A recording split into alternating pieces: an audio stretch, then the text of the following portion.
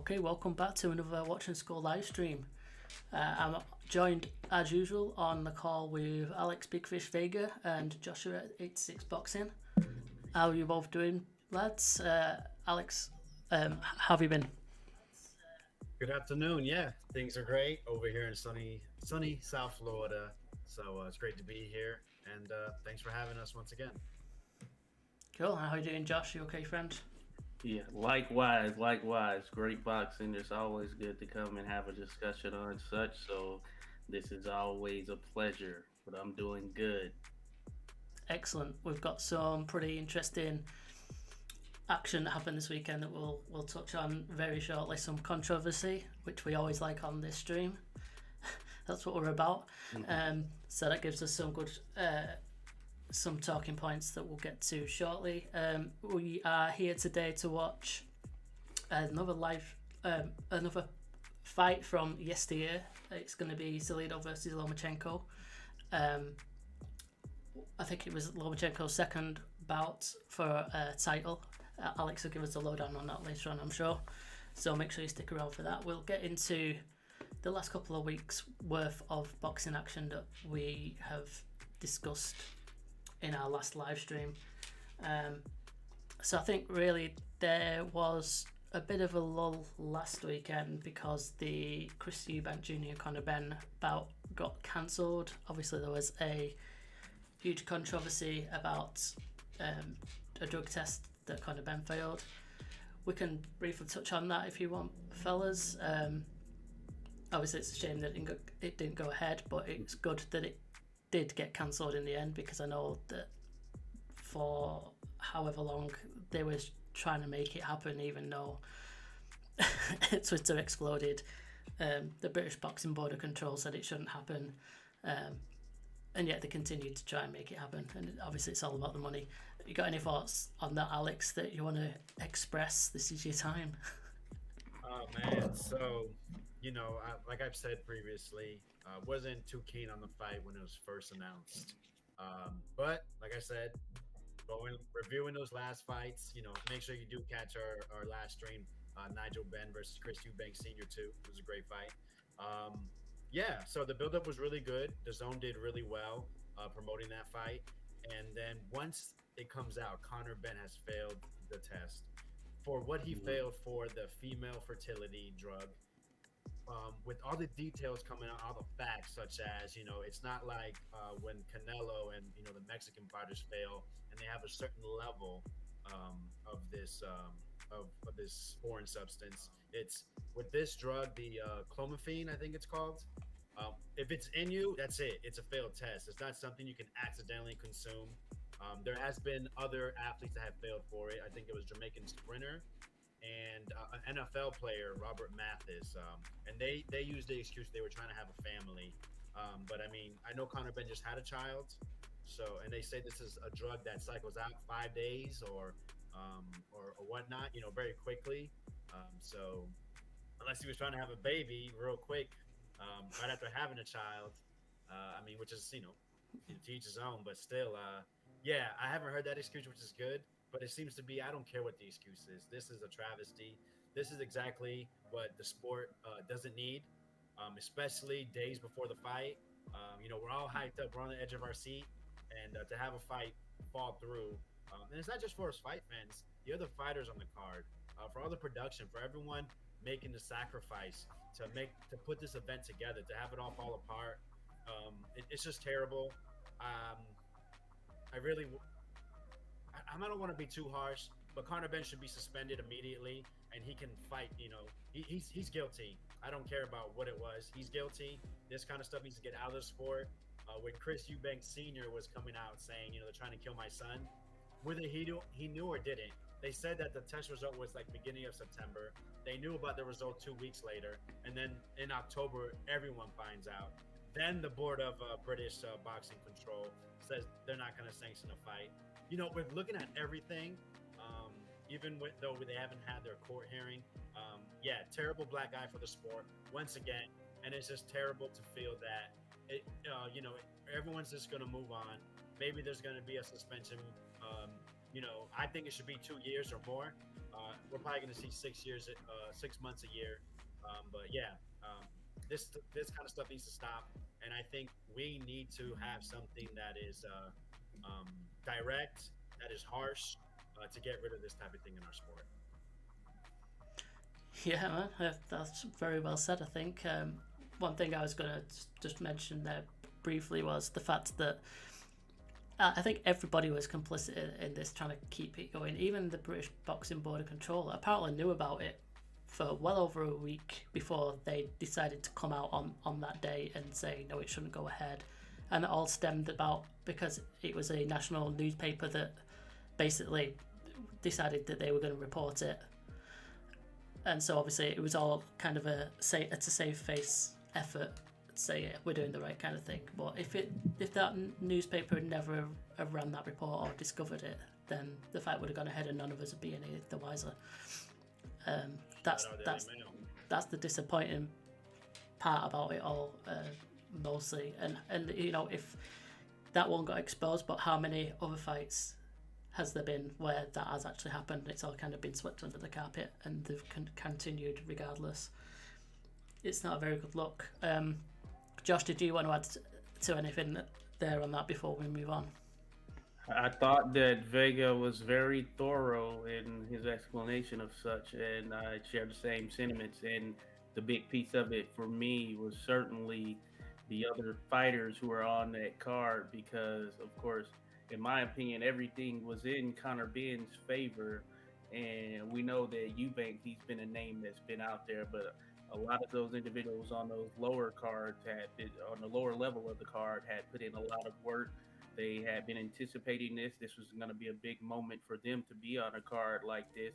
And when you have situations like this and the entire card gets scrapped, then everyone is a loser in that, especially those that are on those lower level fights there. So I felt bad for them because it's now a matter of they have to somehow get tied to a card on another date to be able to make up that momentum that they had essentially put in and gained in training and the finances that are tied to that to be able to be a part of this one. So it's unfortunate that they have to suffer the consequences of this particular situation. So I like what Vega shared there, and I think it speaks volumes on some of the things that the sport in its entirety needs to clean up. Yeah, definitely. It cast a big shadow over the sport, I think. Got a lot of eyes on it and a lot of attention in the media. So, hopefully lessons might be learned. There might be more of a system for when fighters do fail drug tests going forward and such. Maybe promoters need to start putting clauses into their contracts. Maybe they already do. I don't really know, to be honest. Anyway, let's move on because that was obviously just a bad side of boxing that we've had recently. I think the ladies last night showed us what's good about boxing. Before we move on to that though, also last weekend was Sebastian Fundora versus Carlos Ocampo. I didn't catch this one. Did you get to see this one, Josh? Give us your thoughts on what happened. Yes, I did get to catch it, and it kind of didn't help in my trying to defend Sebastian Fundora from Vega's comments previously, because Fundora did not look too good in this one. And as a matter of fact, I think Carlos Ocampo, he won me over because I had only really seen him against Errol Spence, and of course that wasn't a long fight. And I think he showed that he had a lot of grit to him, and he's tougher than what may meet the eye if you just go off of what you saw in there with Errol Spence. And Carlos Ocampo, he was winning the early rounds, and he seemingly had a pretty solid game plan. I think what hurt him is getting caught up on the inside, but from that mid-range game, Ocampo had Fundora's number there for a good bit of it. But once we started to see some of those inside exchanges, that more favored Fundora, who is, if you all have seen him, of course, is a tall, long fighter, typically that is not the case where the longer fighter thrives on the inside, but in Fundora's case, that seems to be his money. And in this particular fight, he was able to pull off, I would say, a very close decision. If I recall correctly, I think maybe a couple of the cards, or at least one of them, was pretty crazy in terms of they had it super wide, but I think it was a very close fight.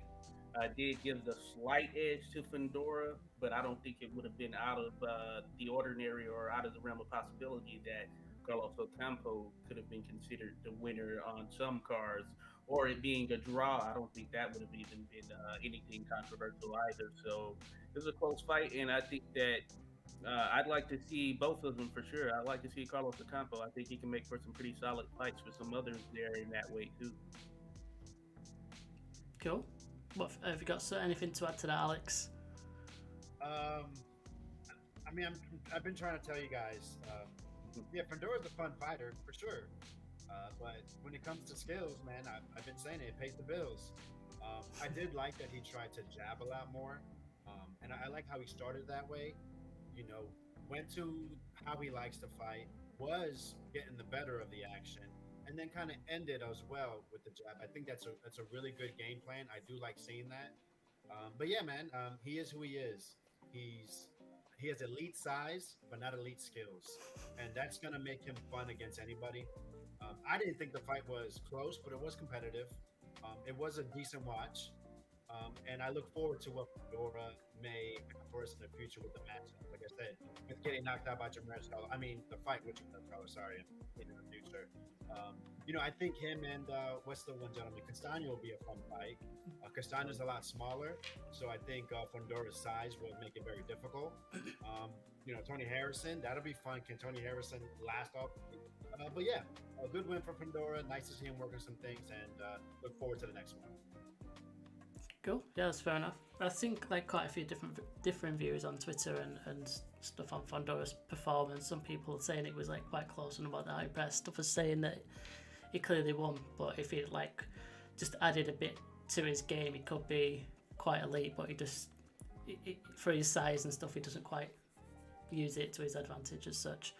But like I agree, I quite like watching Fundora, so good to see what happens in future for him. Let's move things along then. We've got a couple of fights that happened this weekend, a couple of events I should say. We'll start off in the UK. It was the all-female card, which was postponed last month, topped by Shields and Marshall, and the main undercard bout, I guess, was Michaela Mayer and Alicia Baumgadner. We'll start off with that one, close and controversial fight. I had it a draw. I thought a draw was quite fair, and maybe a round either way would have been fine as well. I know that the decision kind of didn't go down very well with the crowd in the arena, but I think it was quite a fair result. It was a good fight, close fight, and Baumgartner got the decision. Alex, what did you make of it? Good fight. I am so glad that I had the opportunity to watch it. You know, with the build-up, it definitely made it way more intriguing, and I like that. Of course, we all want to see a good scrap, but you know, Mayer was coming forward with the volume, and Baumgartner was using her physical advantages and her timing for her to win rounds. I also scored her the draw. I did like Alicia's work better, but I think I had it like 5-5 and a 50-50 split on Fight Night Scores scorecard. Make sure you guys, if you need to, go back, watch the fight, and use that. So yeah, great scrap. I think this definitely warrants a rematch because it was a good clash of styles. It was entertaining. It had me on the edge of my seat. And the fight I felt it got a lot better as it went on. So yeah, definitely. Let's run it back, ladies. Thank you for that great performance. Let's see if we can bring it back here to America or go back to the UK, main event it. Yeah, I just, as you mentioned that, I think I've got it up here actually. Just having a look at the combined scorecard. I clicked a couple of the wrong screens there, amateur. We'll have a look at that in a minute. But Josh, what did you make of the fight? Did you enjoy it? Did you think the result was fair, controversial? Yes, I enjoyed the fight. I was actually highly anticipating this. I feel like these two really put on a show in terms of that build up. You could see that there was bad blood there, and they really had me on the edge of my seat in terms of just waiting for the fight in itself to take place because I was anticipating what was going to happen. But I thought the fight did deliver. I thought we got to see probably the top two at the weight there, and I thought that it was a close fight, and I wasn't against the scoring. I feel like the early work, especially those first three rounds, in my opinion, were Baumgartner's round. And I Yep. think as it went on, you saw Michaela Mayer start to come on in the middle rounds there a bit.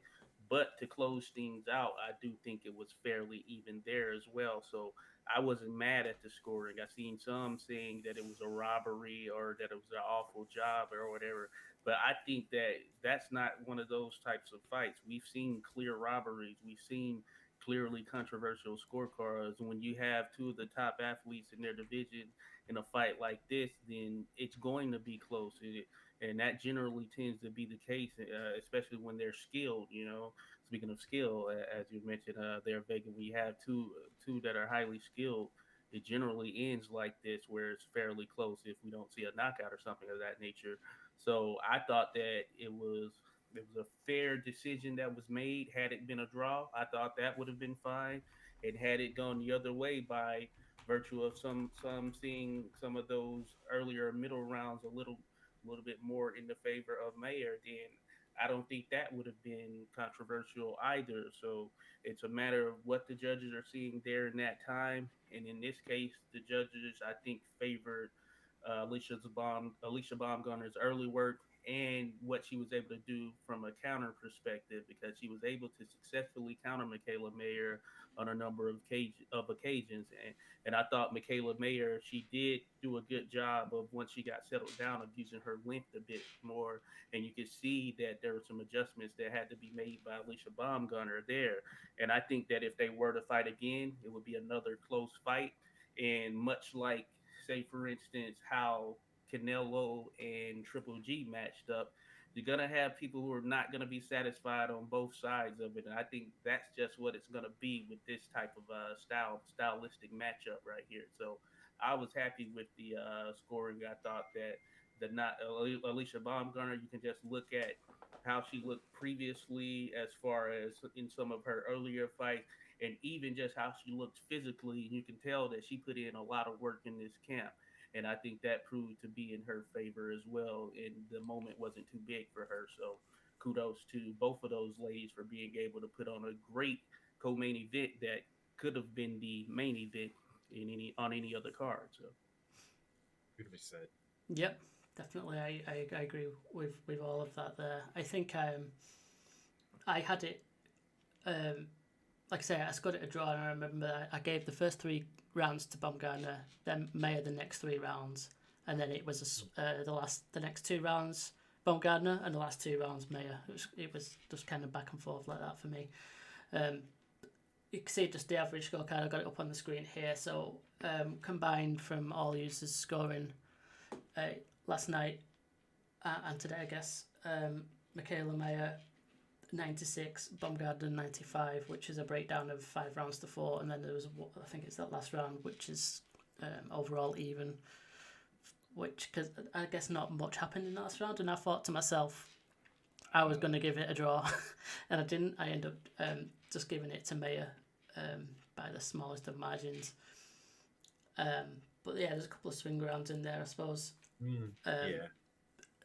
And I think it would be good to run it back again. I think it'll always be quite a good fight. Their styles meshed quite well. So yeah, really good fight. Maybe a little bit of controversy, but it was fair judging, I'd say. Yeah, cool. Let's move on. What else was there then? There was the main event of that fight. That event, sorry. Shields versus Marshall. Then I know Alex was big on Shields dishing out a lesson, and it kind of proved to be for the most part. I think Shields kind of started off really well, didn't she? And she kind of just dominated from the start. And Savannah Marshall gave it a good go a little bit later on, maybe nicked a couple of rounds. But it was just a really great performance by Shields from me. Yeah, a well-deserved win, and she's probably cemented her place as the greatest women's boxer of all time if she wasn't already. Go on then, Alex. Sing praises. No, yeah, the quote. I mean, what more can you say? I mean, what we got three-time undisputed, two weight classes. I mean, that is one of the most amazing accomplishments we're going to see in any sport. I mean, that has to be. I mean, really. I mean, come on. She's a two-time gold medalist in the Olympics, and now this. There's no one that's gonna be able to match his accomplishments in boxing. And then if you just look, I said, in overall sports, you know, I gotta stop. Hold on, Savannah Marshall. I have to apologize. I didn't give you much credit for your skills, and Savannah Marshall, you are a really good, not just a women's fighter, but a fighter. You know, like you said, Shields came out very hot. She had a lot of volume. She smothered her. She smothered Marshall. Marshall never stopped trying. And then I think about round six, Marshall finally got in the fight. She was doing some really good. She's a great inside fighter, and she was also creating angles. While she was creating angles, Marshall was stepping to the side, and she wouldn't just keep going to the same side. She would switch it up. She would throw a little bit, switch it up again. So Savannah Marshall, you definitely should be on a women's pound for pound list. Um, you you probably could move up, get a title shot, and probably beat whoever's at 168. Savannah Marshall, you have won me over as a fan, so thank you for your performance. Now to back to Clarissa. Yeah, man. I mean, I don't think she had to fight that on the inside or fight that on the ropes. She chose to. I think when there was space, when it was the middle of the ring, Marshall really couldn't have much success. But Shields, she made it a bit of a dogfight when she probably could have used her feet. And it was a good fight, entertaining. She was the rightful winner. I scored it 7 rounds to 3. If you had it 6-4, that's cool. But good fight, great for women's boxing. I don't think we had with this fight. There wasn't too much about them being pretty or having this physically. It was about the skills, and they both displayed what they do best. So thank you, ladies. Cool. Josh, your turn. Go. Yeah, yeah, I'm with that. I share, of course, same sentiments as Vega there. I did think that one of the things that stood out for me early on, and I knew it was going to be a great fight from there, was how crisp those combinations were that Clarissa Shields was throwing, and they were super sharp the way she was landing. And I think that you could see it visibly on Marshall's face there early on as it started to turn red. And I think it showed that Clarissa Shields, she is as advertised, and I think all of the build up, all of the years of work, her being what she was on the amateur side, I think all of it has paid off for her, and we are seeing pretty much the top female out there pound for pound right now. There are some others who are right there in the mix, but definitely I think Clarissa Shields has shown that she is the top dog in some sense. And I like the fact that she was really in there trying. She said she wanted to try and stop Savannah Marshall. She wanted to knock her out, and I thought she was really in there trying. And most people could just fall back or would just fall back on their skill in this case, and not really risk it. But Clarissa Shields isn't that type. She really tries to back up what it is that she's talking, and I think that's what made for a very entertaining fight for her. And I give props to Savannah Marshall, who I've been a fan of as well, and I think that she showed that she is a very strong and skilled fighter, and you can see that she uses her length pretty well whenever she's at the right distance and gets the right opportunity in there. And I think that with Clarissa falling back on the ropes at times, Savannah Marshall would go in and she didn't really try to dish it out, so she wasn't shying away from the exchanges either. And I think that made for an interesting fight between the two. And she did definitely have some moments where she landed some pretty good stuff on Clarissa Shields. But I thought that overall, when you just look at it from a performance perspective, we saw just Clarissa Shields on the top of her game. And I think anywhere between 154 and 168, there's nobody that can touch her right now. And so the question would be for me is like, who's out there next? Because thus far, there haven't been many that have given her a super tough fight in this particular manner, or not even that necessarily this one, but just in general. I thought Savannah had moments, of course, but and there have been some other pretty entertaining fights that Clarissa has been in, but some of the other tops of the divisions that she's been in, when she's taking them on, the fight turned out to be pretty much one-sided in Clarissa's favor. So I wonder who's out there now in or around those weights that could make it happen, unless we get some of these smaller fighters jumping up, which would be pretty large leaps for them to get to Clarissa Shields, because there are some down there in those lower weights that I think that pound for pound, if they were able to be matched up, would make for some pretty entertaining fights. But hey, sky's the limit, I guess you can say. So we'll see what's next for Clarissa Shields. Everything is in her court as far as I'm concerned, as it pertains to the weight that she's at and those that are generally around that. Yeah, I'm not too familiar with the depth of the ladies divisions in that weight class, and it almost seems like Savannah Marshall was the one person that would have been the challenger potentially, and if she just kind of swept her aside, then who's next? I don't know who's left, or if there's any kind of big hopeful prospects on the horizon. Who knows? But yeah, I guess it was a good advert for ladies boxing. Hopefully, there'll be more and more competitive fights in future as well. They're showing the men how it's done. You know, the best are fighting the best, and that's always good. Hopefully, they'll inspire another generation as well coming through for future. So all good stuff. Let's move swiftly along then, Kaz.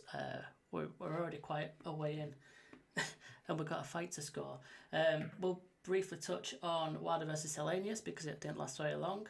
A spectacular knockout of Helenius in round one.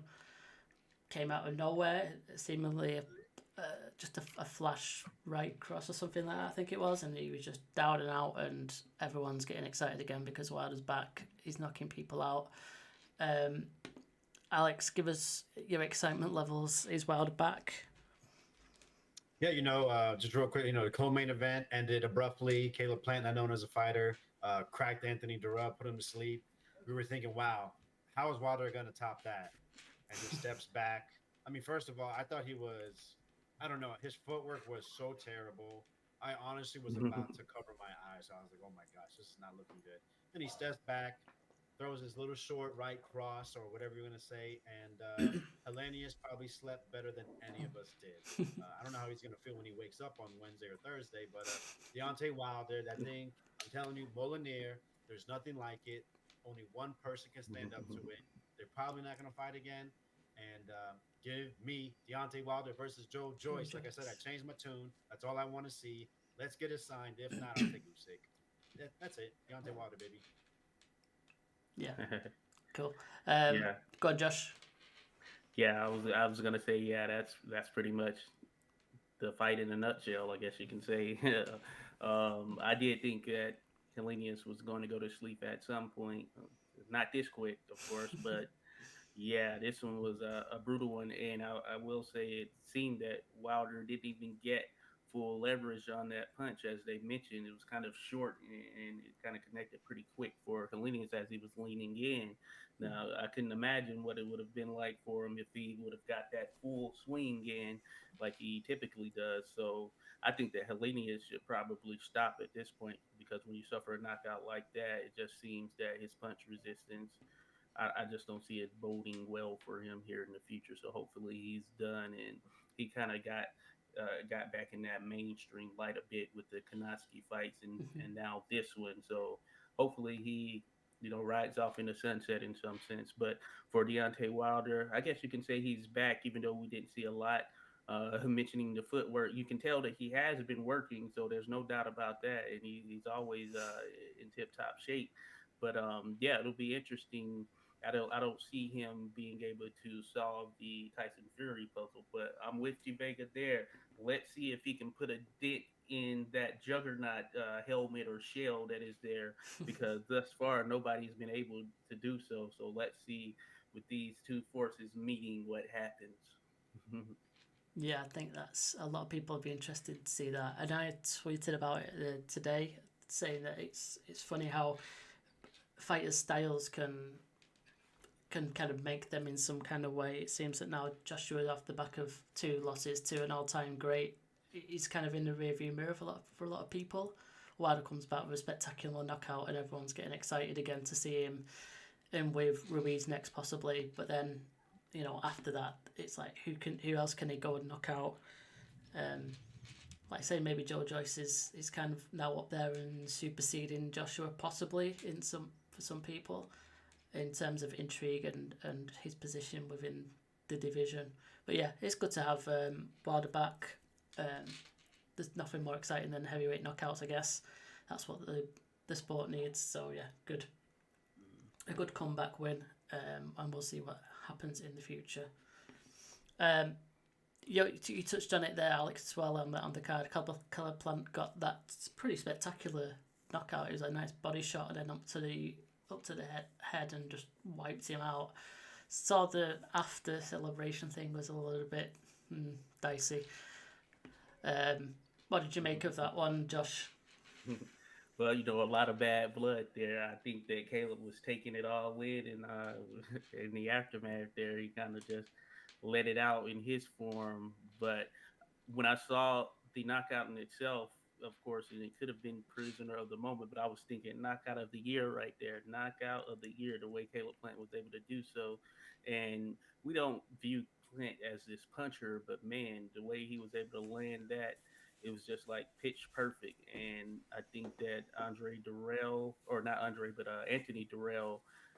his hopes of trying to get back in the title contention world or being one of those champions out there that are going to make this on a last minute run, I think they all went down the drain here. And that was a brutal knockout, and it's going to be replayed very often here moving forward. So great performance by Caleb Plant. Just looking at the fight overall, because Andre Dirrell, he when he was able to pull the trigger at times, he did land a few good shots, but he couldn't keep up with Caleb Plant, who was boxing and moving well and looks as good as ever by comparison, as far as him facing Anthony Dirrell, who has had some pretty solid moments over his career and all. But I think this is that ship has now sank. And I'd like to see Caleb Plant in there with Jamal Charlo, David Benavidez, or whomever. And I know he said he's willing to fight any of them. I think he makes it interesting at all points. Yeah, definitely. Alex, did you want to have a final say on that? I know you just briefly touched on it when we're talking about Wilder. Anything more to add to that? Yeah, it looked like that was the game plan, was to try to knock Dirrell out. I heard, he's with Breadman now, plan is. And I heard him say, he's not ready yet. And he was ready, and they got him out of there. So good performance. I like Caleb Plant. He's a good boxer, and it was nice to see him get a knockout on, it's a pretty decent stage. So, give me, I really want the Benavidez fight, and I'll take Jamal Charlo. Let's stop playing, guys. Like you touched earlier on it, Jim. The women are showing us how it's done. Best fights. Doesn't matter, whatever promotion. These guys are on the same side of the street, as they like to say. Like, get the fight signed and let's go. Come on. Agreed. Okay. We'll move on then from there.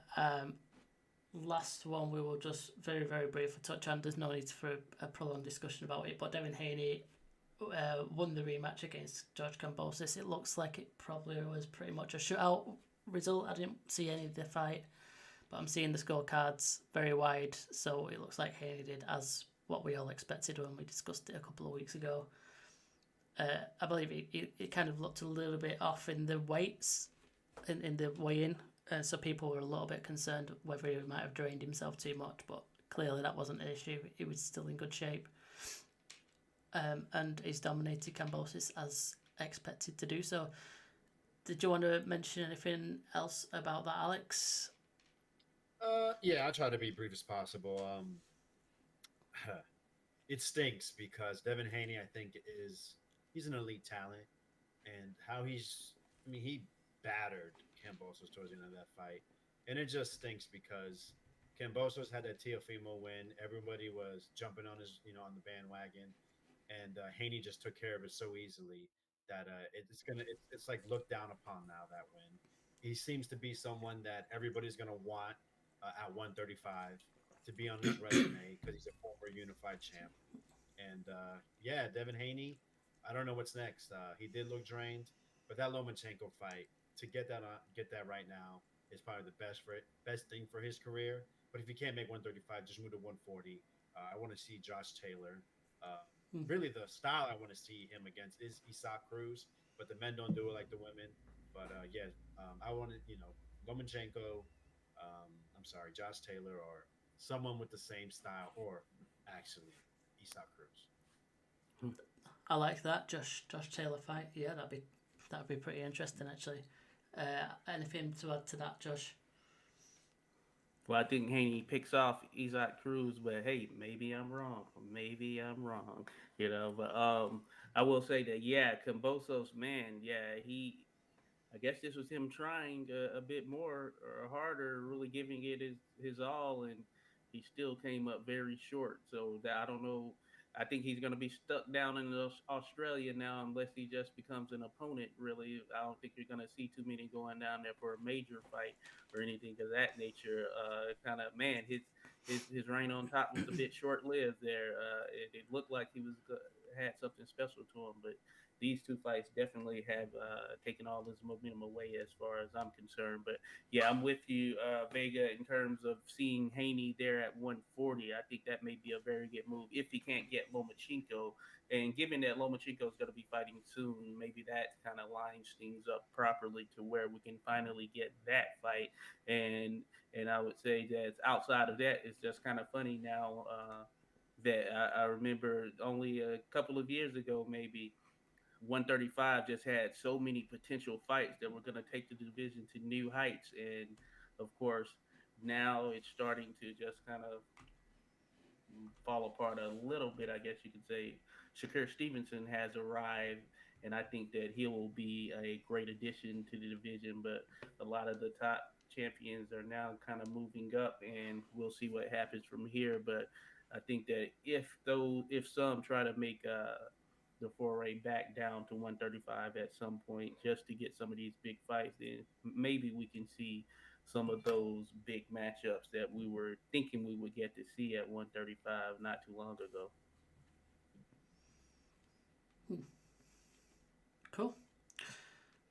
All right, good stuff. I've just been getting us set up for our fight then. I think we've covered everything that we need to for the last couple of weeks. We are all caught up.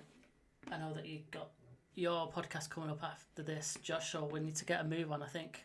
And you've got all of this to repeat afterwards. so according to Vaz, at least. Hey, man, he's just anxious. He wants to score this fight. Yeah, he's excited. No problem. All right, so let's move swiftly along then. We are at our watch and score session. It's time for Alex to give us an introduction of this fight. Go ahead.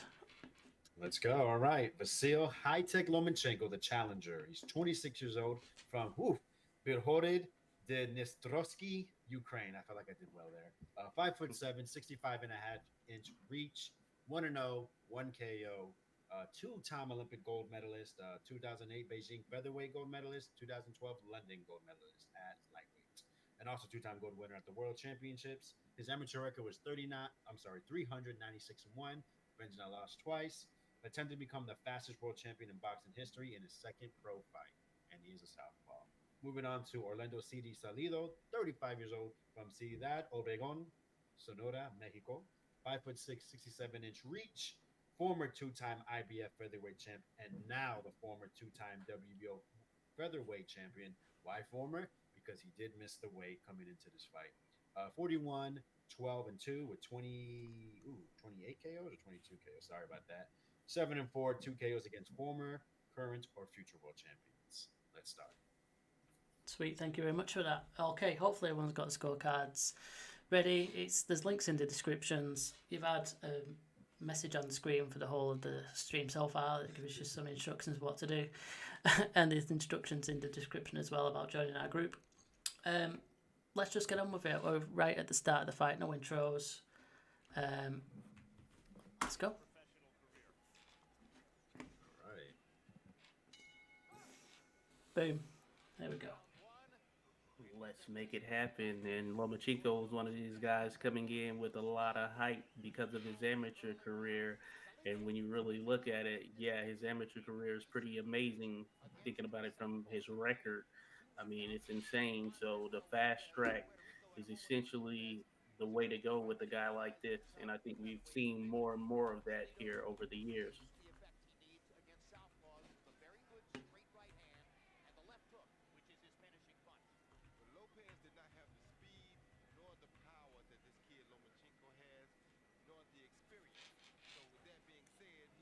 Full slate of commentators there. This fight was on March 1st, 2014 at the Alamo Dome in San Antonio, Texas.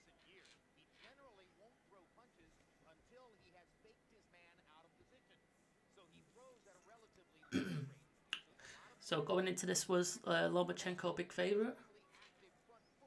You know what? I did not look at that. Man. Hey man, your research is absolutely fine. Just throwing curveballs at you. I'd imagine he would have been. Salido was he was kind of a bit of a journeyman at this point, even, wasn't he? Yeah, he of course had the hype train behind him, and he proved to be worthwhile, of course, because he is certainly one of the best in the world. So he might have very well been the favorite coming into this. But I've always been a fan of Salido, and he's always one of those veteran fighters you can never count out in any situation. He usually puts on a very good fight, so it makes it interesting.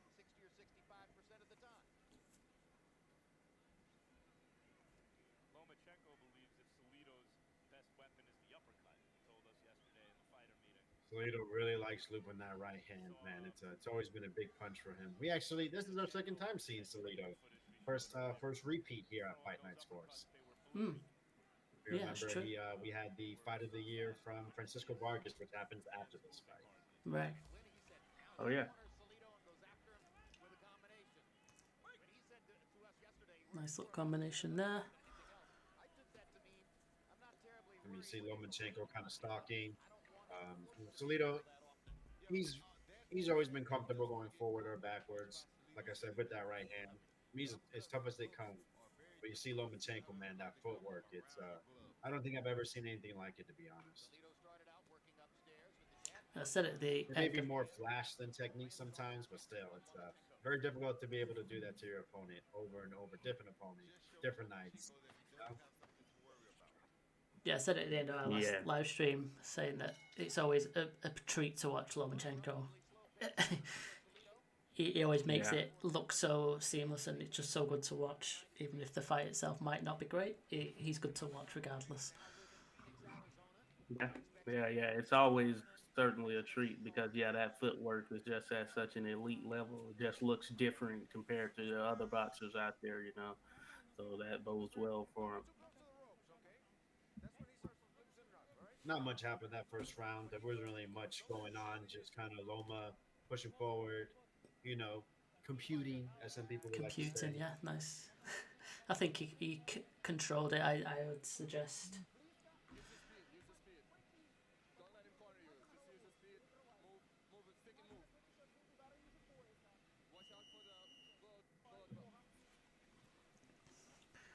I'm going to do a lot of window switching this time round. See if that confuses things.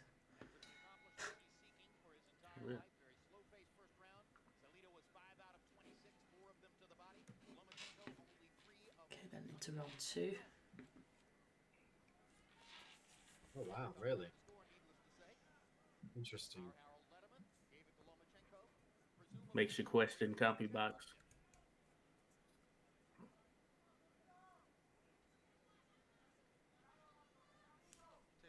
You look at Loma, man, constantly shifting. If it's not his weight on his leg shifting, his upper body, it's his hands. He's always doing so much, and it doesn't look like he's wasting any energy either. That's what makes him, so different than anybody else I've probably ever seen fight. I'm not trying to be like I'm a huge Lomachenko fan, but it's just something that you just don't see, and he just does it so seamlessly. Hey, I just think you're speaking on the things that makes them stand out, and it's pretty evident, man, that he's just one of the best in the world. It just seems like Salido is really just trying to land something, right hand. He's not really having much success. And like I said, Loma's just kind of computing, throwing a couple things out there, giving him a lot of little foot feints. Like I said, constant moving. Seems like he's right there and he's not.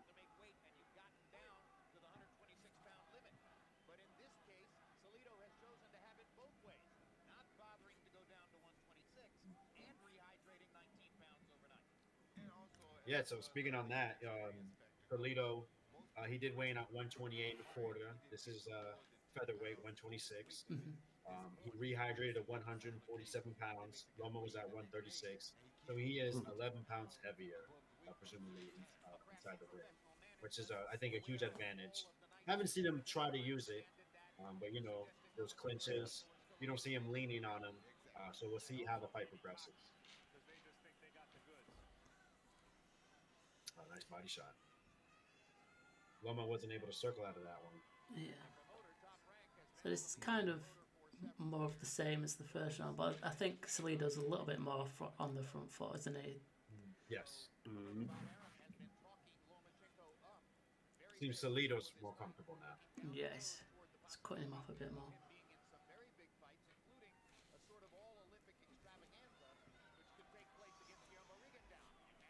Oh, nice left hook. His foot might have been up, so maybe not too much on it, but still. Ooh, okay. Just off the mark with that right hand. As I see, like I've been seeing, it looked like he's been looking to land that right. So confidence has to be going up.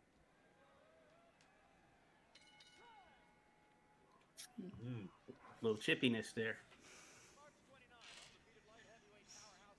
So this was what I don't recall, but it was like what the 4th fight for Lomachenko, 3rd or something. Second. That's Second number fight. 2. So the record for world championship was someone getting in the 3rd fight. I believe it was a fighter of Oriental descent. So he was trying to become the fastest.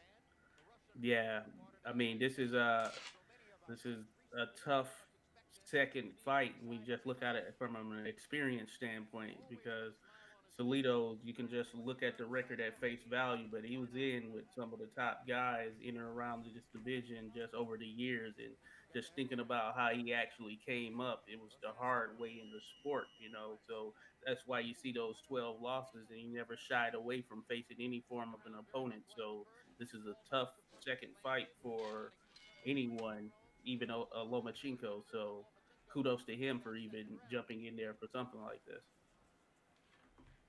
Most definitely. I don't think it gets much tougher than Salido around that weight, man. Do we know who the other champions were at this point? Because it seems like a calculated risk, doesn't it? Second fight, Salido was maybe at the right for the taking. Backfired though. The champions at featherweight at this time? Yeah. I do not recall. Something good to look up. Mm-hmm. Probably Gary Russell, right? I mean, Gary Russell was a champ for a long time. Yeah.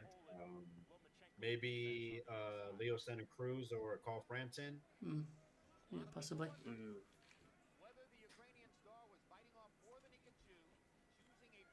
126 was a hot division. Ooh, that was a very nice double jab left hand by Loma.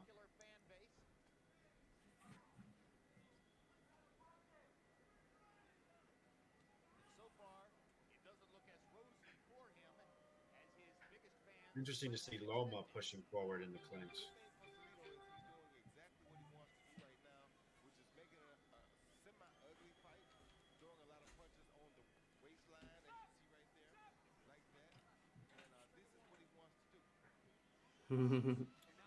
Salido with the little sleek punches just being thrown in there right out of the view of the ref, a little bit low. Mm.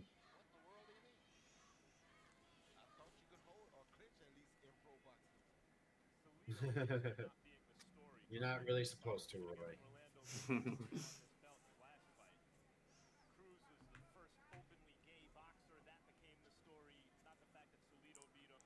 Look at that footwork, man, huh?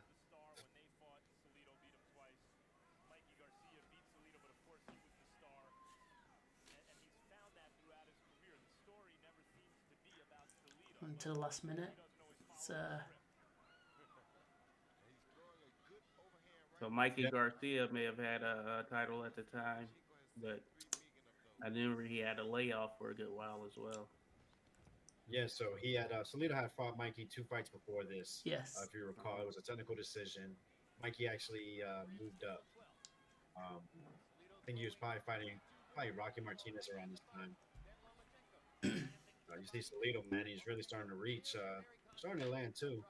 But yeah, so that I'm sorry, Mikey vacated. Salido fought Orlando Cruz, which they had Oh mentioned. yeah. And actually, that was in this, he knocked him out 7th round. Same card, Lomachenko made his pro debut and knocked out Jose Luis Ramirez in the 4th. And that was on the undercard of Juan Manuel Marquez versus Timothy Bradley, which is probably Mm, Bradley's best win, best fight that we've seen. yeah. Well, best, I guess the Manny Pacquiao's the best win, right? But I mean, you know what I mean. Yeah. Best official unofficial win.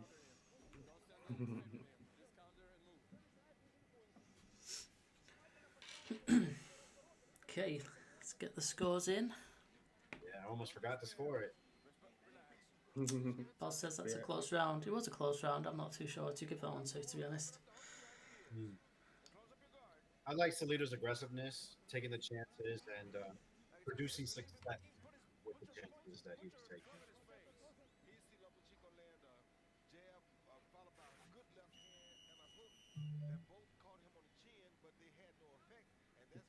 Nice. It was an interesting jab there. It looked like he was trying to make sure that right hand wasn't going to be there for him to land the left. Complex stuff.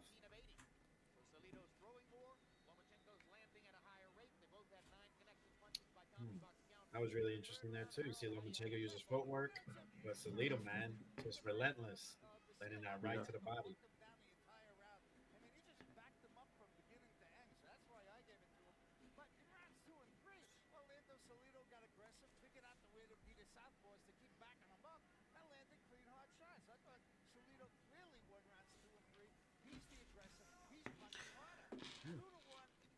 Surprise.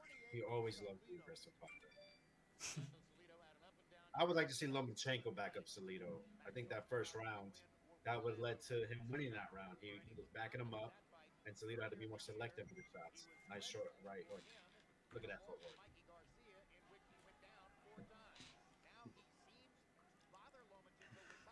Kaiser Yeah, I Kobe. agree with you there.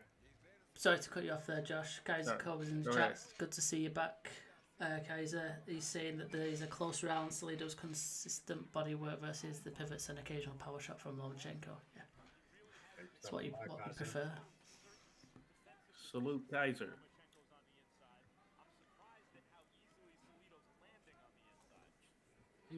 Yeah, I would agree with that. I am surprised. Especially I watched some of Lomachenko's amateur fights. I mean, the feet were just constantly moving, and Lomachenko would throw inside flurries from the body up.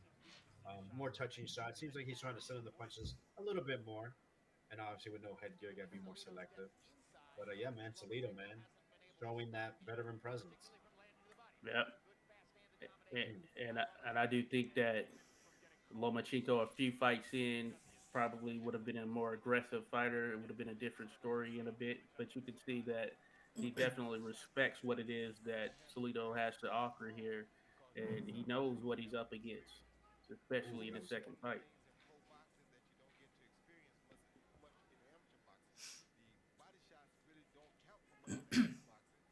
Was Loma the most decorated amateur fighter of all, or like had like the one of the best ever records? I mean, it was always between him and like Guillermo Rigondeaux for Okay, like yeah. within the last, let's say at this time, the last 5 years. They Mhm. both had two gold medals. They both had multiple world amateur championships, and then with many numerous I'm sorry, regional um, medals. So I think Lomachenko had the better record. Rigondeaux was like 450 with 12 losses, but wow. Yeah, man, Salido, man, you got to That give was, it to him. He is winging the right hands and landing clean. landed a nice one there, yeah. Nice body shot at the end. Yeah. And you have But to yeah, put those it through numbers you were Lomachenko. mentioning, Vega, as far as their amateur success, that's insane. Mm. Insane is really that's hard to even put that into perspective.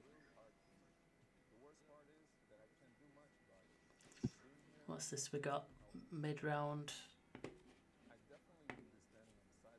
Ukraine was having issues back then that we were not very invested Oh in. yeah, this was 2014, wasn't it? So Yeah. wow.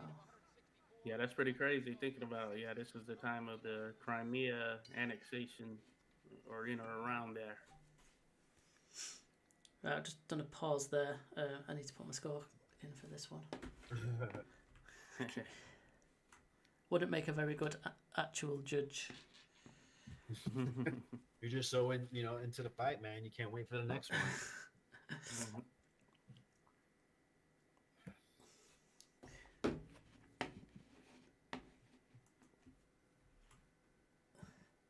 Okay, let's get the correct screen up. I've got all of our scorecards that are currently taking place. Boz is all over the place. He's decided to do 2 scorecards and fiddle the books. The rest of us that are on 1 scorecard, we've got Alex has got it 39-37 to Salido. Myself and Josh have both got it even, so that'll be 2 rounds each. And Kaiser's given a clean sweep to Salido so far.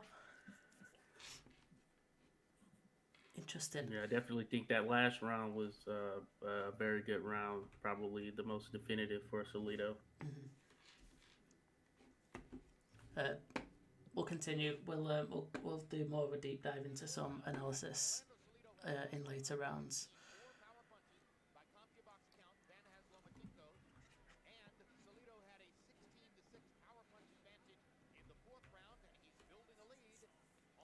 So Lederman's got it 39-37 to Salido.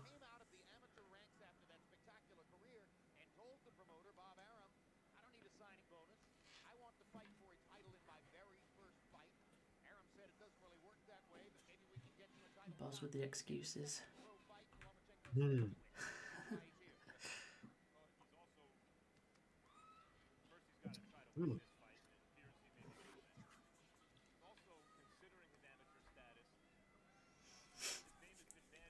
Yeah, man, Loma needs to stand his ground a little bit more. Mm-hmm. Doing this backing up, he's taking body punches as he exits.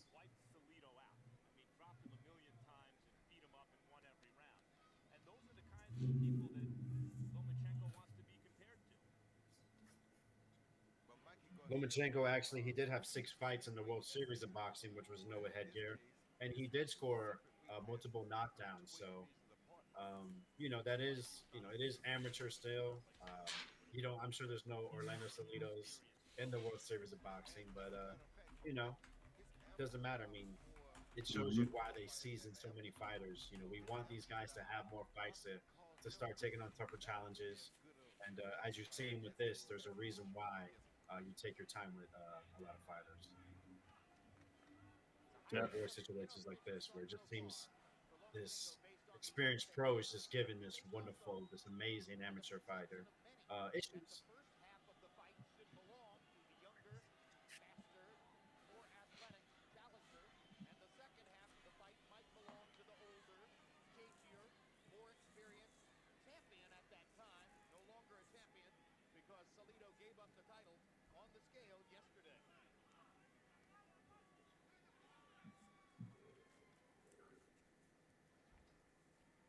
Oh, it's a nice jab. Seems like he's finding a bit of a rhythm, Lomachenko. Yeah, need more of those. I like him to be first as well. Yeah. And I do like the fact that Salido, he understands the dynamic. He understands he's not going to win the foot race. So whenever he does get that opportunity on the inside, he doesn't waste it. And he's willing to throw whatever he can.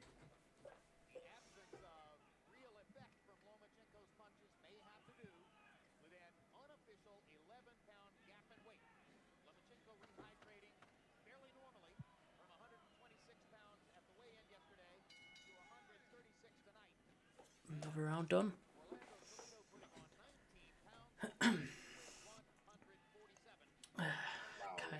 Kaiser says that's a much better round for Loma.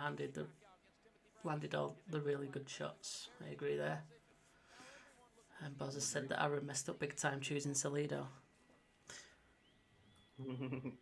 I mean, like I said before, to me it seemed like it was probably a calculated risk. Bit of a veteran fighter, maybe saw him as the weakest champ to go after, possibly. I mean, they worked with him before. Like I said, the other top guys were, like I said, Leo Santa Cruz, Paul Frampton, Gary Russell. Those guys were fighting on the Showtime. We'll call Frampton when he came over. So, yeah, I mean, I'm not surprised. This isn't women's boxing.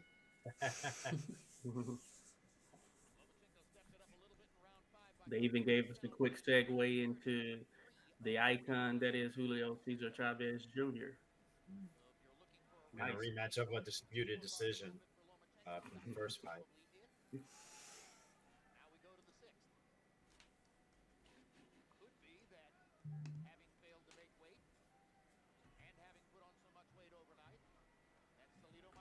Huh. Interesting. Looks like Lomachenko. I don't remember him being this physical. I mean, he initiated that clinch. He's trying to put his weight on Salido.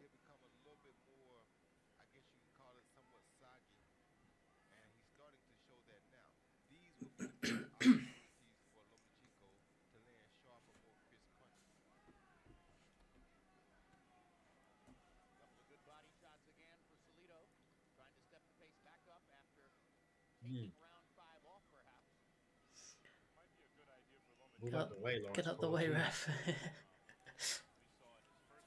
That was a nice right hand by Salido. Might have been partially blocked.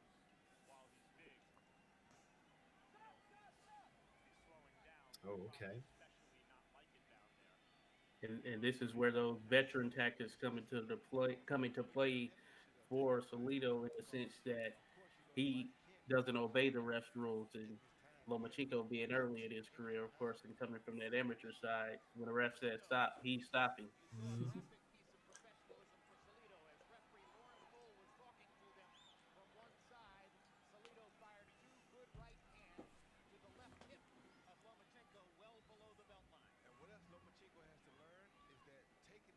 Almost just letting Salido get off too much this round. Mm-hmm.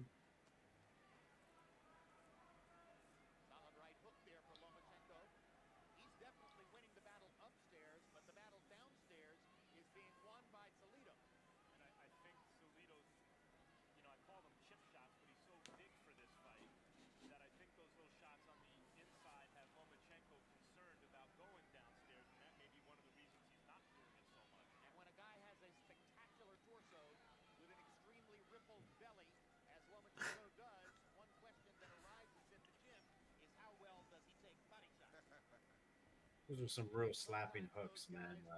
Not much on it. It lands, but it's like they're having no effect on Salido. It's a pretty tough round to score. Both throwing and landing.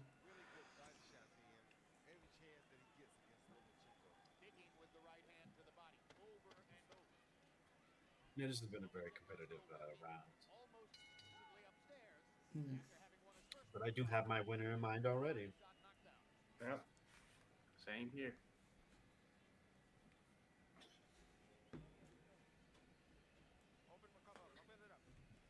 definitely can't overlook the body work because Salido is really investing in that, and he has been doing so from the start. So I think that certainly has to pay dividends for him.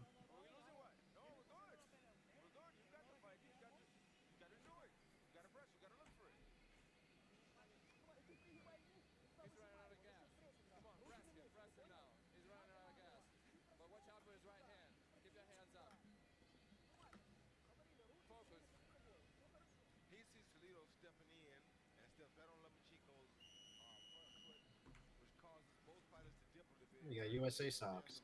Oh, right. Oh, my geez. How do you not say pause?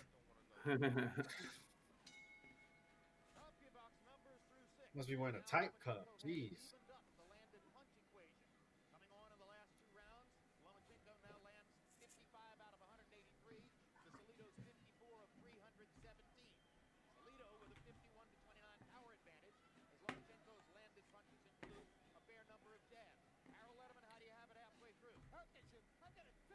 When is Lomachenko going to make Salido pay with those lead right hands?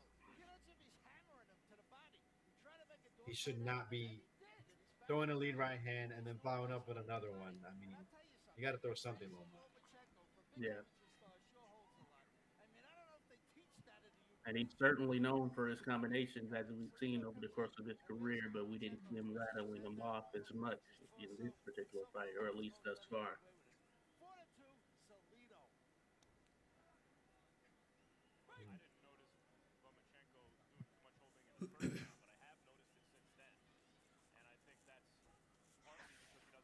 Ooh, Ooh, big body shots going in there. they're kind of low. Yeah.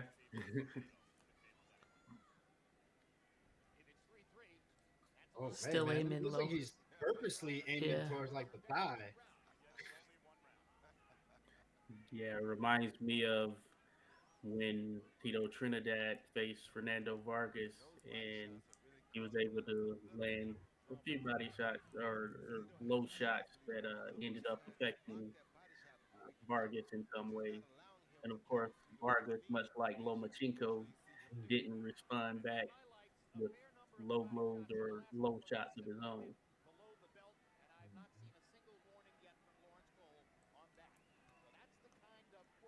The guys are saying that most of the rounds have been 50-50 for me, but Salido's bodywork being the big difference. It's consistent in his attack. There have been a lot of close rounds. Boz, oh, what's he done? He'll just score it here. What have you done, Boz? Maybe he's no good with technology. I feel like this round Loma's been first a little bit more. Mhm. He's always doing pretty clean work. Yeah.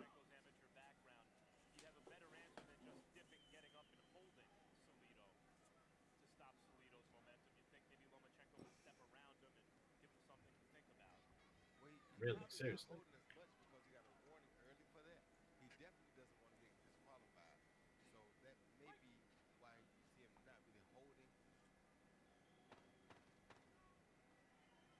That's nice work again. Oh, quite again at low. Yeah. Like you say, veteran tactics, aren't they?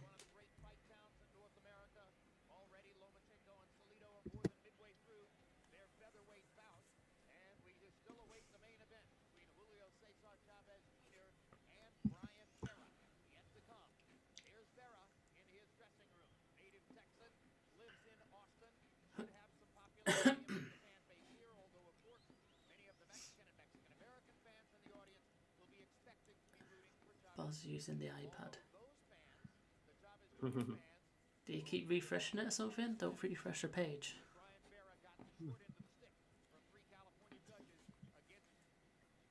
And in fact, if you do accidentally refresh the page, you can go back to your scores section and continue scoring, so it doesn't get Which lost. is a great feature.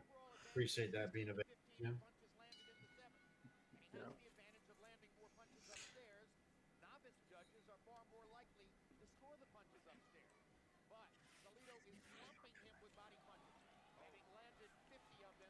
Okay, he's straight on the attack, Salido.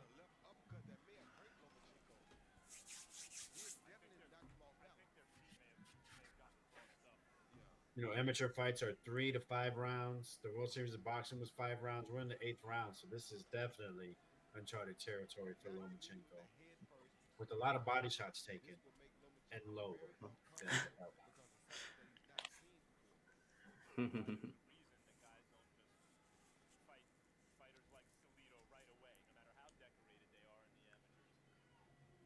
Likely down 4 rounds to 3, or maybe even 5-2, depending on how the first round was scored. Vasyl Lomachenko can still afford to lose 4 rounds as he tries to win a professional title in what's billed as only his second pro fight.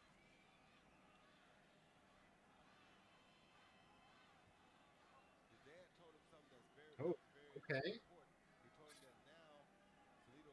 That was a hard break. Ran right into the ref. Wow. That's Lomachenko being kind of rough, huh?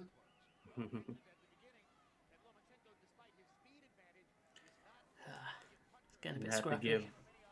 Oh yeah, indeed. I give Salido credit. He's maintained his aggression. So Lomachenko hasn't been able to get in a comfortable zone as of yet. And when you're dealing with a guy like this, you have to be on your P's and Q's at all times. So I think Salido's doing a great job of keeping that pressure up throughout this. Hot prospects coming into professional boxing get an 8, 10, 12, 15, 20 fight professional apprenticeship. To the last minute. We're on round 8.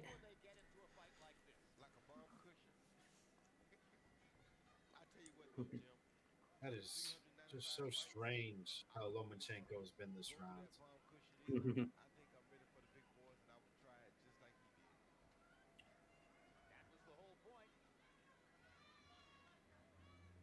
mean, just looking for the clinch and going for it so aggressively against a heavier man, a guy that's punching you low, punching you during the break.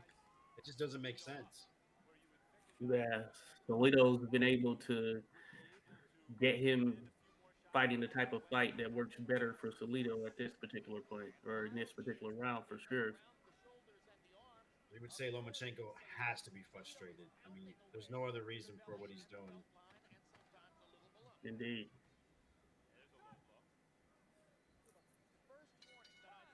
Yeah, I was gonna say, first warning I've heard. Interesting. And Toledo's one of those guys also that his emotion never changes in there. I mean, he's about it. You want to fight? He's down to fight. That's what he wants. Let's go. Without a doubt. And you want to get nasty? We've seen he'll get nastier.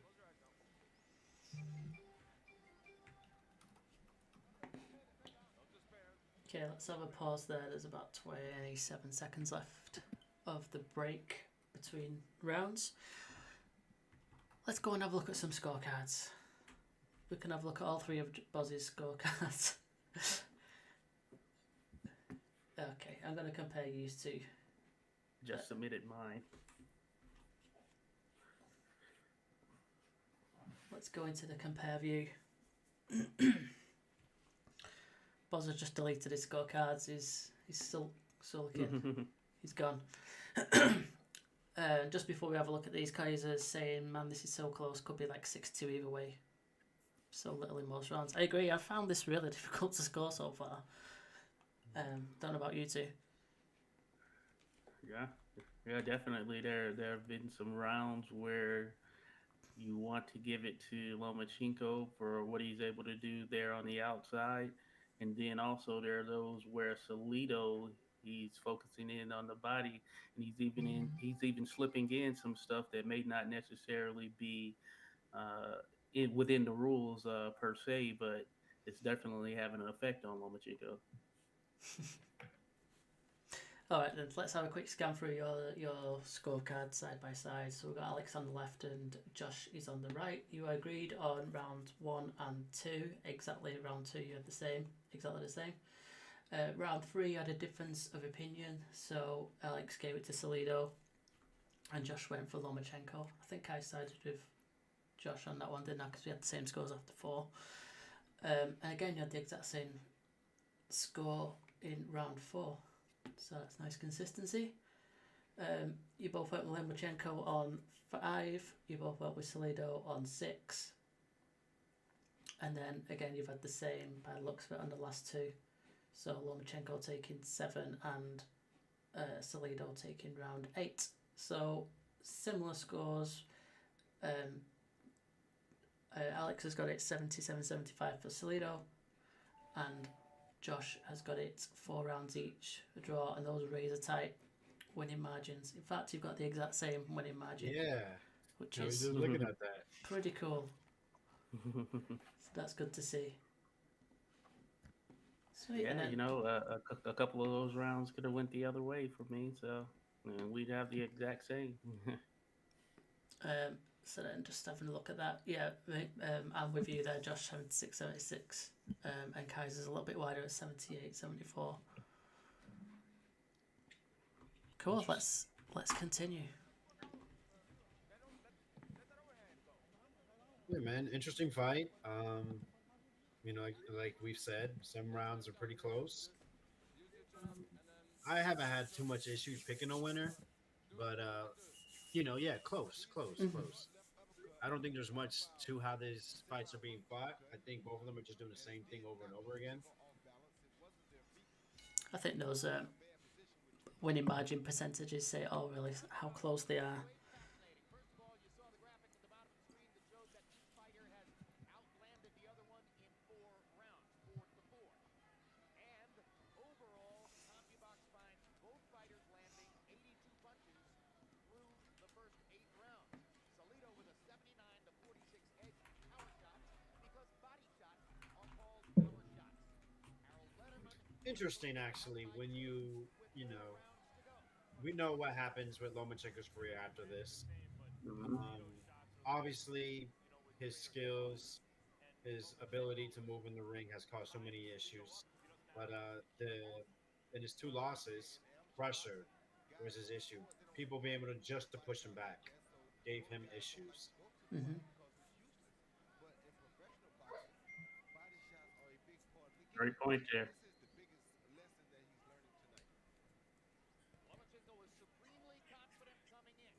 You have to expect he did not expect to be in this kind of hot water coming into the latter stages of the fight. If the official scorecards are in line with Harold Letterman's, Lomachenko could win 3 of the last 4 rounds and he would get a draw for that. He needs to win all 4 to secure a win in the fight. If in fact Harold Letterman's scorecard is in line with the official judgment. Those are pretty low right there on the hip. Not a very nice shot to take. Another one. More. Say something, ref. That looked kind of low. Maybe didn't land. Yeah, Loma, like, you know, nice look on the hip again. What is, like, they have to be hurting him for him to be clinching. Oh yeah, without a doubt. That's the same thing I was thinking. They definitely have an effect on him. I mean, look, it's like so on purpose. It's frustrating to see. Another one there. Look at that. Come on. Just a very little hand gesture. It'd be nice if you stop things. And a penalty point could be big under these circumstances, but we haven't seen it so far. We've certainly seen What was that then? Getting involved, the ref again. Orlando Salido. There's another one. Another one. Lawrence I mean, Cole. right on the Johnson, too. Although he knows how to do it on the other side of the Well, Lawrence Cole. Lomachenko must have a super cup on. A no-holds-barred effort by Orlando Salido. Every trick in the book. Boy, there are some state jurisdictions, I believe, where he would not have been allowed to gain 19 pounds overnight and come Tying into up this again. big a weight advantage over Lomachenko. Huh. Interesting round to score, honestly. June 7 on HBO pay-per-view, a fascinating So distracted by the nut shots. Hmm. Superstar Miguel Cotto moving up in weight, taking on the long-time 160-pound kingpin. I remember that fight there. That was a very big fight for us Puerto Rican boxing fans.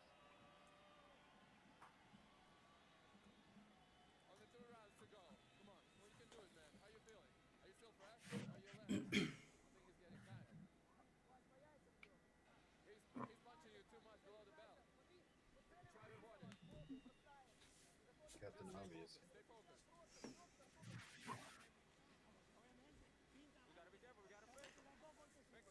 Kaiser said that Vega's spot on about the pressure. Not busy enough, and Salido Lopez landed hard body shots. Yeah. Boz says Loma's in survival mode. So Salido around for me. Yeah.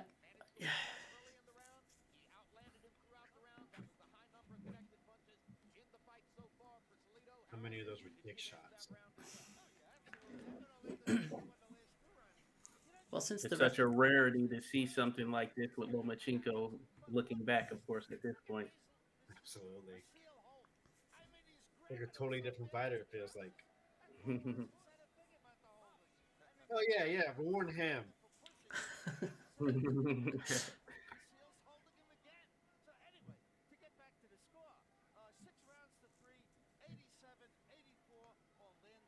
I agree with Harold about the holding, and the ref probably warned Lomachenko about that. It's excessive. Lawrence Cole, man, he's been controversial for a while. Last fight I remember him being in was the Errol Spence Dennis Ugas. A lot of people felt, Mhm. with him trying to call the break, not being close enough to break him. Then Ugas hits Errol, which he's allowed to do since he was, the referee wasn't there in time. Errol going to the ropes should have been called a knockdown. Yeah. And I'm trying to remember some other ones. I can't off the top of my head.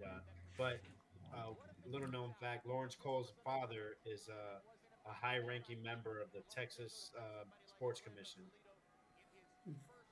Yeah.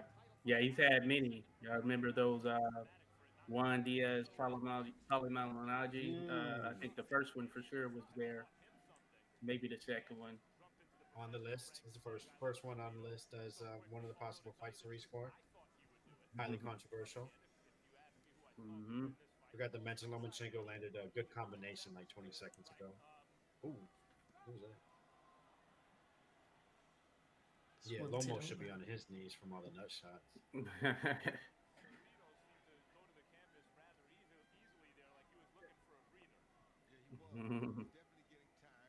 Definitely both been a bit more active this round. Mm-hmm. It's a great shot. Nice right hand slipped in there.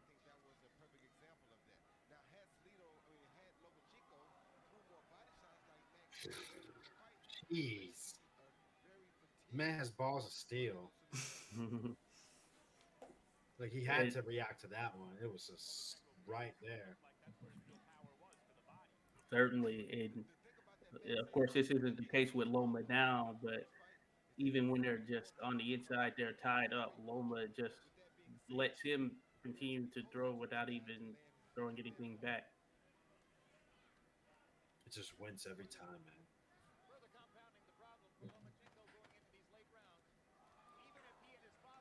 Oh, it's another one. And Lawrence Cole is conveniently out of the picture every time. That was a close round to me. I liked Salido's work there, apart from the low blows, obviously. But And it's interesting because he's not being warned, so it's like I can see it's a low blow, but he's not being told anything about it. Like as if, well, maybe it makes you think, well, my eyes just wrong, but obviously I don't think they are. Kaiser says Loma's trying to get the shots off, but he's waited too late. And Buzz has given us Salido round again, 97-94. Good stuff. I actually gave that run to Lomachenko. Like I said, there was just so many low blows. That's why I was speaking about how do I score those. Lomachenko, that combination he landed, I think was just the difference because it was pretty close in lands, possibly. But yeah, that combination was just so clean. It stood out. I understand picking Salido in that round.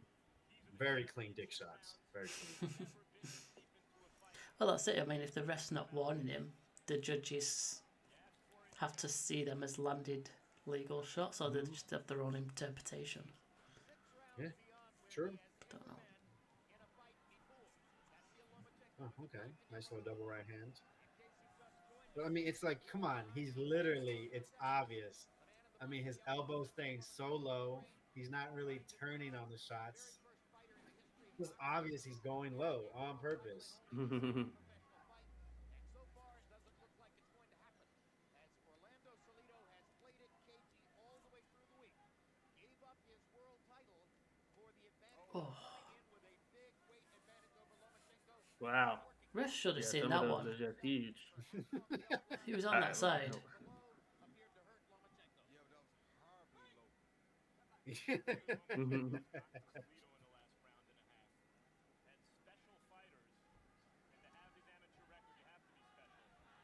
There you go, Loma. Oh man, no, he's getting tied up. See, Yeah, That's this is better. what I expected purposeful. more with that weight advantage. Salido initiating the clinches and Loma trying to break off. Hmm. You can see it. He's getting frustrated, isn't he, Lomachenko? Yeah, and at this point, Salido's just making it a just It's a pretty dog shoddy fight. contest. He's Yeah. tired and he's just using every advantage he can get. And holding, and buying time. Getting away with the holding because Lomachenko has got. I would say I would give this to Salido so far. Very clean dick punching. Using his physicality. I actually think Lomachenko's doing all right in these clinches this round. Yeah. And he actually looks good as far as his energy. He doesn't seem to be super tired by comparison to Salido at this point, given that this is Lomachenko's first 12 rounder. So, No, Loma's definitely the obviously fresher one. I just need to see more from Loma. yeah. Need a little step back, and then he throws. That's what I like to see there. It's definitely Salido's fight, isn't it? Just scrappy, Yeah. clinching up close. Hmm. That's a nice bit of movement. There you go. See, where was this earlier? Yeah. There you go. To me, it was a close round.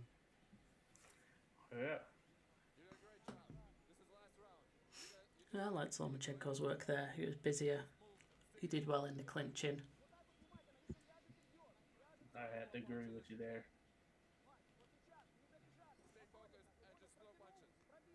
Last round. To the last round. It's gone quick.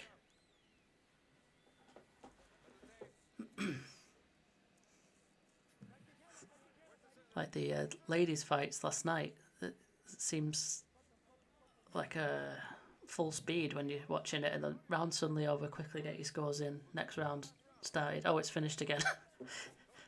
Yeah. 2-minute rounds go so fast. Indeed.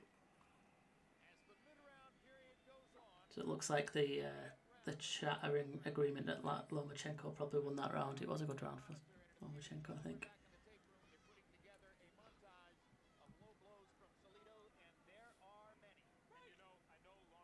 So Lederman's tightened up them scores.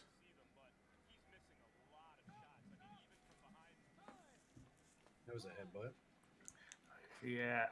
You might as well switch it up. He was able to catch that.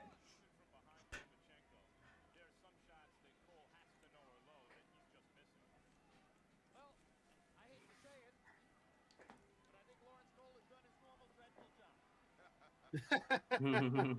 Unfortunately, one of the black eyes on the state of Texas. It happens over and over and over again. Salido landed a right hand to the leg or hip or something, and Cole that time was in position. Yeah, it's like so many down. Like it's not even just the nuts; it's the hip, it's the leg, the thumb. Like come on. Yeah. Lawrence was getting these main events with no real merit. Obviously, he's not the best referee in the state of Texas. Yeah, I mean, come on, refs. Get licensed over there as well, please.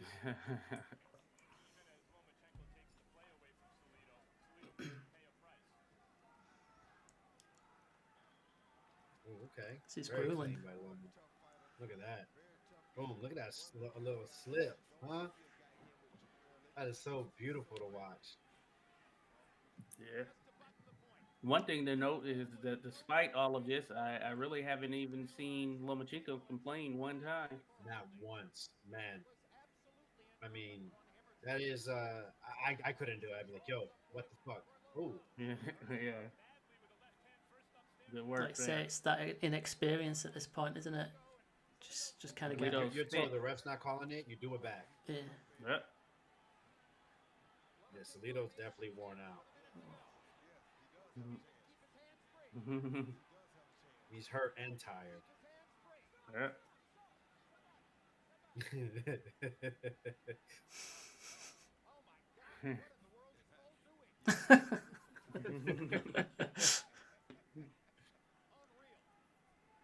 Yeah. Ooh, Oh, again, Salido not even worried about Jesus! getting warned for any low blow at this point. It's just a natural How part is of the not fight. like- how is there no points taken? Oh, good body shot. I like the desperation from Loma, man. I mean, trying to yank them hands. He's about to break his hand trying to get it away from Salido.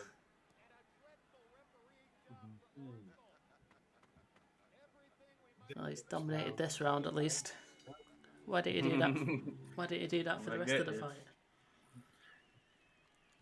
fight? Yeah, Lomachenko definitely learned from this one. Yeah, side to side movement. Yes.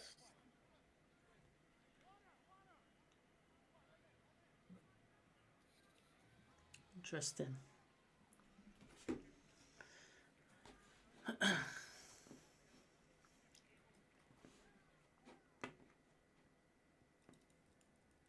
And new nut champion.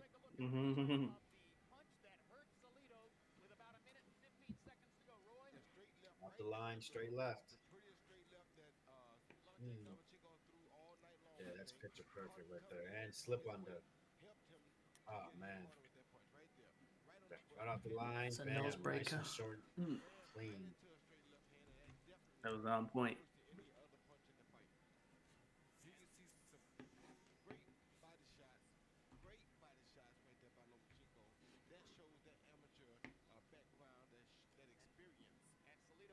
Oh,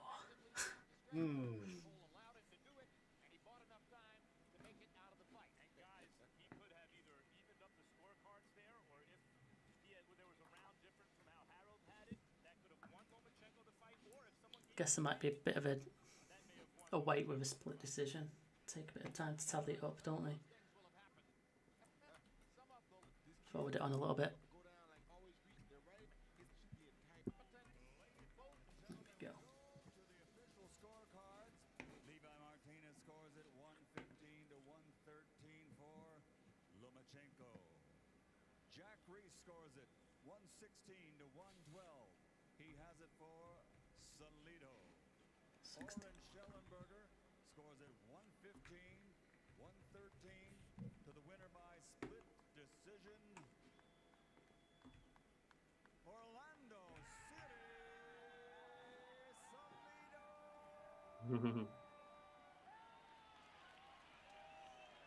So the quasi-welterweight who took advantage of the opportunity to manage the scales in his favor and came into the fight with a functional 11-pound weight advantage over Vasyl Lomachenko, makes his good game plan, his excellent body punch. It's not paid off, that gamble. Experience stand up. Unlucky. Lomachenko and upend Man. Iranian fighter's attempt to win a championship. Yeah, he did all those things. The weight gain was the biggest thing. By not even attempting to lose the weight, that shows you that he knew what he was up against. He knew what he was facing. And he came in very prepared to deal with just that. Was that Salido's wife? Punching Yes. well above his weight, if so. Fair play. Yeah, the low blows were the difference in this one.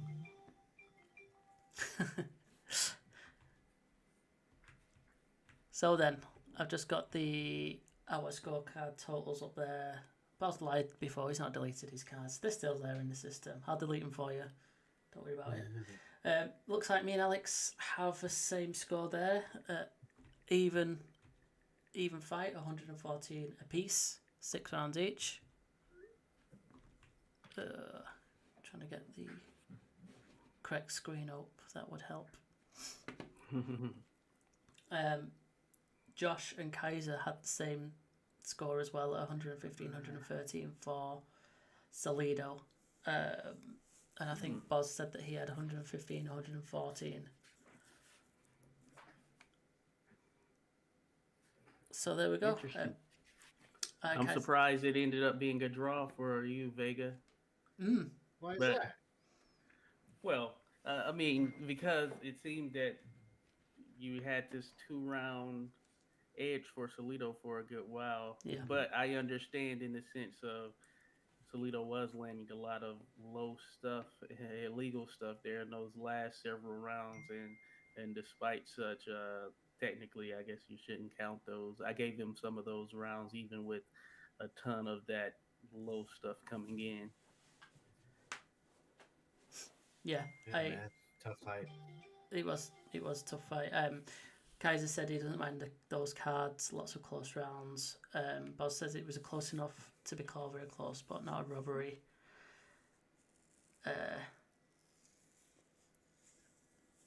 Yeah. Loma was robbed, not of the fight, but of having kids, more kids. Well, yeah, it might have been a bit different if the ref had done, given more warnings or actually acted upon it and took some points away.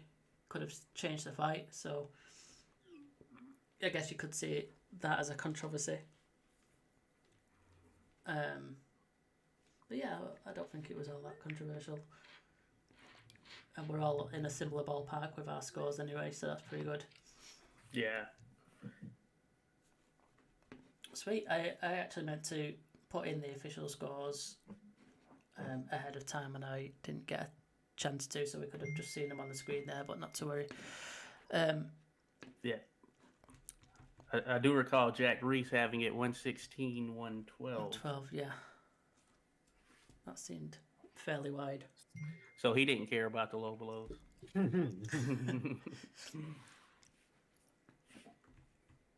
All right, then. That then brings us to the end of our scoring session. That was a fun one.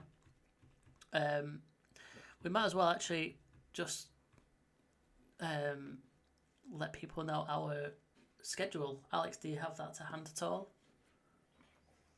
Guys, put me in the spot there. I can get it up. I can get it up. Yeah, I actually had that open and I closed it. I totally forgot that one. But yeah, definitely next 2 weeks for our next stream, we are going to do a very classic fight, Rumble in the Jungle, George Foreman versus Muhammad Ali. So that's the next one coming up. Following there is Aaron Pryor versus Alexis Arguello, the first fight, another very, very classic fight. I've actually never seen this fight, so I'm very, very excited. And then following that, Eric Morales versus Marco Antonio Barrera 2. I believe you guys did the first one previously, you and Kaiser, correct? Yeah, we did. So that's pretty cool. So That's definitely got to check up that first one. And I will be rescoring the first one before doing the live of the second. So yeah, man, it's a great slate of very, very classic fights, great battles. So you definitely want to make sure you tune in, make sure you subscribe, like the video, and we look forward to seeing you guys for all those future streams. Yeah, man, should be good. Just to say that the Foreman and Ali fight we know doesn't last the distance, but it's still a good fight to watch, and we'll see what scores we come up with anyway. So, yeah, and Morales and Barrera, I think that's my favourite trilogy, so I love those fights. I'm looking forward to that. Yeah, so that's our current schedule at the moment. That takes us up to the end of November. So thank you for that, Alex, for looking into all of that and getting us with a schedule. That's great stuff. Okay, let's. What time are we on? We've got about 10 minutes left. We can be quick about this because there's not too much coming up in the next few weeks. In fact, next weekend I couldn't see anything that was worth talking about whatsoever. So on October the 29th, it's Joseph Diaz and William Zapeda. That seems like a decent fight. Let us know what you think about this one, Alex. It's the only fight that's listed on that event at the moment, so I don't know about any undercard. Give us your thoughts on those quickly. Yeah, man, the undercard's absolutely nothing noteworthy. Alexis Rocha, that's the other fighter on there, complete fill-in. But yeah, Jojo, former U.S. Olympian, very good technician, very good fighter. Never really elite, however, um, but he always comes to fight. No one's ever really washed him. I think Devin Haney is probably the one to beat him most decisively.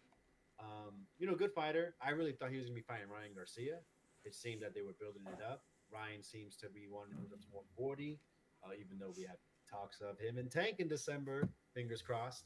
But yeah, he's fighting William Zapeda, who I am not a fan of at all. I don't rate highly, but seems to be getting a push as a good 135 pounder by DAZN. He's an aggressive fighter.